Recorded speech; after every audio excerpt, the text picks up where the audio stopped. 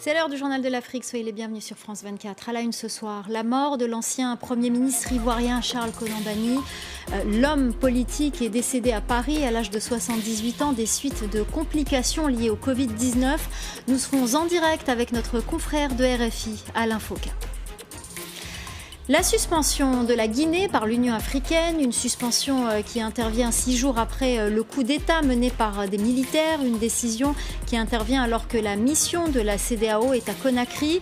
Ses membres ont pu rencontrer le président déchu Alpha Condé. Le compte-rendu de notre envoyé spécial en Guinée, Sarah Sako.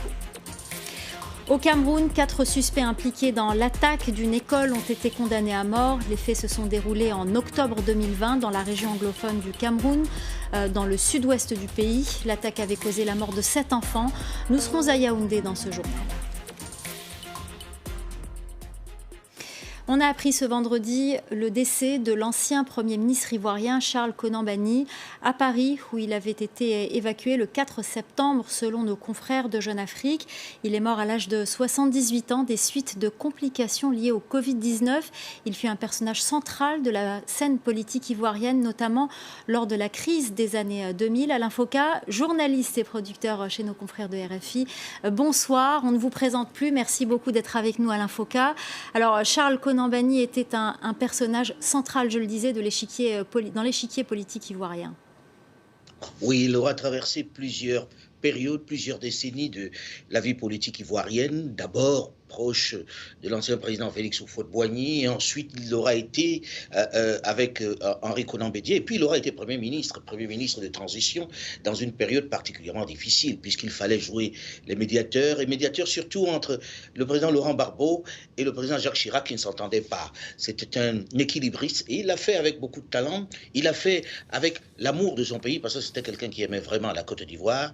Et puis il y a eu la période de la Banque centrale des États de l'Afrique de l'Ouest, la BCAO, à Dakar, où il a été pendant longtemps le gouverneur.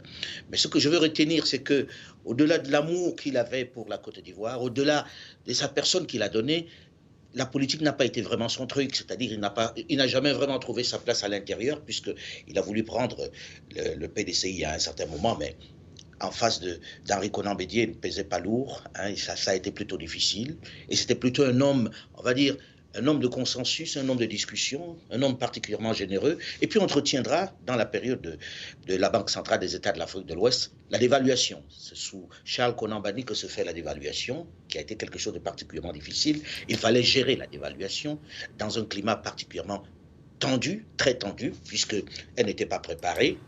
Et je ne peux pas oublier non plus la faillite d'Air Afrique. La faillite d'Air Afrique, c'est sous Charles Konan Banny qu'elle se fait, malheureusement. Mais là, ce n'était pas seulement le fait d'un homme. On a rêvé qu'il réussisse ce qu'il avait envie de faire parce qu'il avait promis le retour d'Air Afrique. Malheureusement, ça ne dépendait pas seulement de lui, c'était un chantier particulièrement difficile. On retiendra aussi la commission Vérité et Réconciliation. Et à la vérité, il a voulu vraiment la faire parce qu'il y avait des propositions concrètes. Seulement le climat politique ne voulait pas qu'il ait réussi. On a souvent pensé qu'il a été mis là pour le mettre sur la touche parce qu'il n'a pas eu les moyens de sa politique véritablement. Merci beaucoup Alain Fauca pour votre analyse et d'avoir réagi aussi vite sur notre antenne. L'Union africaine suspend la Guinée de toutes ses activités et organes de décision après le coup d'État mené dimanche par des militaires dans ce pays d'Afrique de l'Ouest. Une décision qui intervient alors que la mission de la CEDEAO est sur place. Je vous propose d'écouter le compte-rendu de notre envoyée spéciale Sarah Sako. Elle était avec nous tout à l'heure. Ce fut une longue journée ponctuée de différentes étapes. Alors c'est vers 14h30 que le colonel Mamadi Doumbouya a débarqué à l'hôtel Riviera en ville où se trouvait la délégation de la CEDEAO. Plus de 3h30 donc après l'arrivée des émissaires de l'organisation régionale. Il a fait une arrivée très remarquée avec 2 blindés et encadré des hommes des forces spéciales cagoulés et lourdement armés. Alors il y a une réunion de travail qui a duré 1 heure environ, puis le colonel Doumbouya est reparti vers son QG, le camp des forces spéciales, qui se trouve donc à côté du Palais du Peuple, à l'entrée de la ville. Il y a été suivi par la délégation de la CEDEAO et donc les journalistes n'ont pas été admis, vous vous en doutez.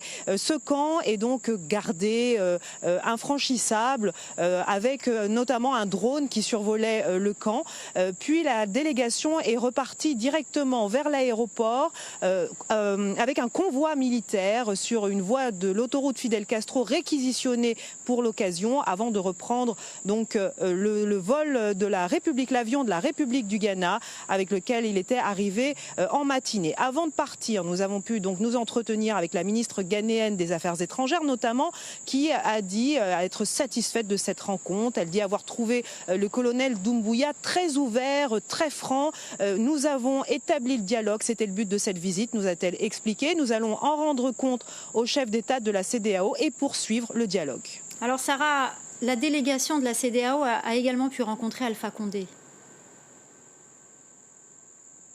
Oui, point fort de la journée, ils ont pu rencontrer Alpha Condé, qui était donc de toute évidence détenu au QG des putschistes, ce fameux camp des forces spéciales à l'entrée de la ville.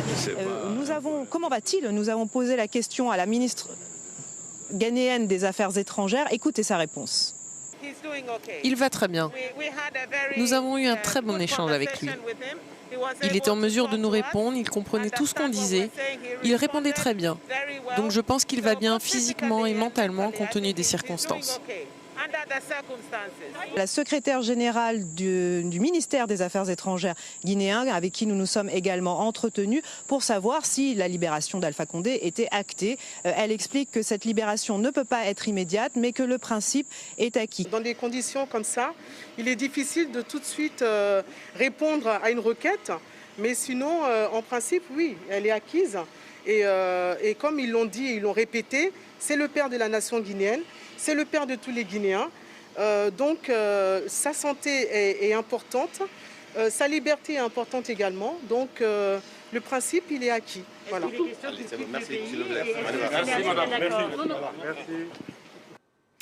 Souvenez-vous, le drame avait suscité une vive émotion au Cameroun. C'était en octobre 2020. Une dizaine d'hommes armés avaient fait irruption dans une école de Kumba, dans la région anglophone du sud-ouest du pays, puis avaient abattu froidement 7 élèves âgés entre 9 et 12 ans. Une douzaine d'autres avaient été blessés. Aujourd'hui, 4 suspects ont été condamnés à mort par peloton d'exécution. Les précisions de notre correspondant à Yaoundé, Marcel Amoko. La peine capitale par peloton d'exécution, c'est la sentence prononcée par le tribunal militaire de Boya, chef-lieu de la région anglophone du Sud-Ouest, à l'encontre de 4 personnes accusées d'être les auteurs de la fusillade du 24 octobre 2020 dans un établissement de Kumba, toujours dans cette région anglophone du Sud-Ouest, en proie à une crise sécuritaire depuis bientôt 5 ans. 7 adolescents âgés entre 12 et 14 ans avaient été tués, 13 autres avaient été blessés, dont certains grièvement. Les 4 hommes étaient jugés pour actes de terrorisme, hostilité contre la patrie, sécession, meurtre et détention illégale d'armes et de munitions. La décision du tribunal militaire de Boya ne réjouit pas Maître Richard Tanfou, avocat et militant des droits de l'homme. Je suis pour ceux-là qui pensent qu'on ne doit pas payer le mal par le mal. C'est vrai, l'acte a déjà été commis, les personnes sont décédées, même si on arrivait à avoir arrêté les coupables, ils doivent payer pour les crimes, mais je ne pense pas que ça doit être la peine de mort. Bien que le Cameroun ne soit pas abolitionniste, la dernière exécution a eu lieu ici en 1997. Les 4 hommes ont maintenant 10 jours pour faire appel de la décision, faute de quoi celle-ci deviendra exécutoire et sauf grâce présidentielle, le juge n'aura plus qu'à fixer la date exacte et le lieu de l'exécution qui se fera sur la place publique et par fusillade. Ce samedi, les Éthiopiens fêtent leur nouvel an, le premier jour de l'année composé de 13 mois et décalé de 7 à 8 ans par rapport au calendrier grégorien. Habituellement, c'est un jour de fête, mais cette année, les célébrations se déroulent dans un contexte de tension et de guerre. Wassim Cornet. Ce n'est pas la foule des grands jours dans ce marché d'Addis Abeba. Quelques heures seulement avant le début du nouvel an éthiopien, les habitants ici n'ont pas tellement le cœur à la fête. Depuis bientôt un an, la guerre fait rage dans le nord du pays. avec des conséquences importantes sur l'économie nationale. Et donc un impact également sur le pouvoir d'achat des Éthiopiens.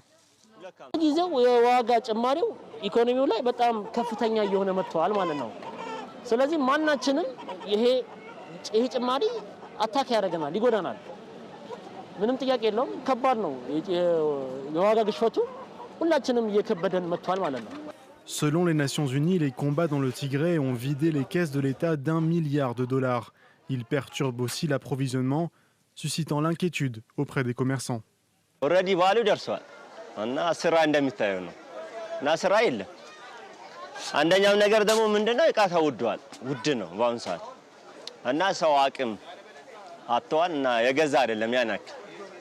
Alors que le gouvernement continue à appeler à la destruction des rebelles tigréens, de nombreuses personnes venues faire leurs achats dans ce marché ne souhaitent qu'une chose, la paix.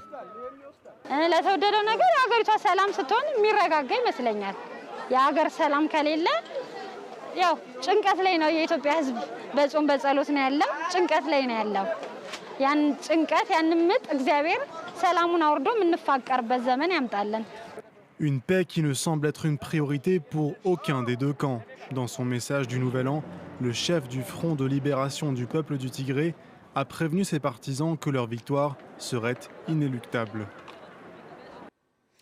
On en vient à la 13e édition du FEMUA, le festival de musique urbaine d'Anoumabo, qui se déroule en ce moment à Abidjan. Il a démarré en début de semaine. Il était très attendu car annulé l'an dernier à cause de la crise sanitaire. L'ambiance est survoltée. Je vous propose d'écouter la réaction de l'artiste Céline Banza au micro de notre envoyée spéciale Fatima Tawan. Je suis honorée, c'est toute la jeunesse congolaise qui est honorée. D'être ici, ça me fait... je ne sais pas comment expliquer mes émotions à Salfo. Il m'a toujours accompagnée et m'a invitée dans son festival. Cette période était difficile pour tous les domaines. Et là, malgré ça, on a quand même pu essayer de vivre avec, c'est-à-dire de trouver comment faire des concerts avec les gestes barrières et tout. Mais là, retrouver cette très grande scène qui est la FEMUA, j'ai très hâte. Moi, je suis vraiment excitée et j'ai envie de partager ce moment avec ce nouveau public d'Abidjan, ce grand public d'Abidjan. Et franchement, j'espère qu'on va passer des super moments, qui seront contents de ma musique et de mon travail. Voilà, c'est la fin du Journal de l'Afrique. Restez avec nous, l'info continue sur France 24.